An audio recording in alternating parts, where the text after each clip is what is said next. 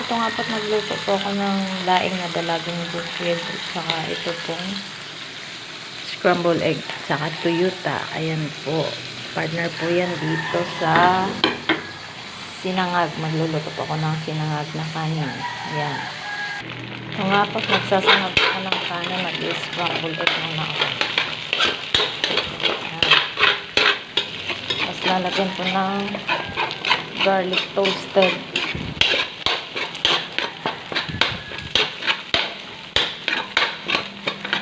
Ito na po, naglagay na po ako ng garlic toasted para po siya mabango sa kanin. Ayan po, masarap po yan sa tuyo at daing. Scrambled egg with kamatis. Ito na nga po, nilagay ko na yung kanin. Ayan.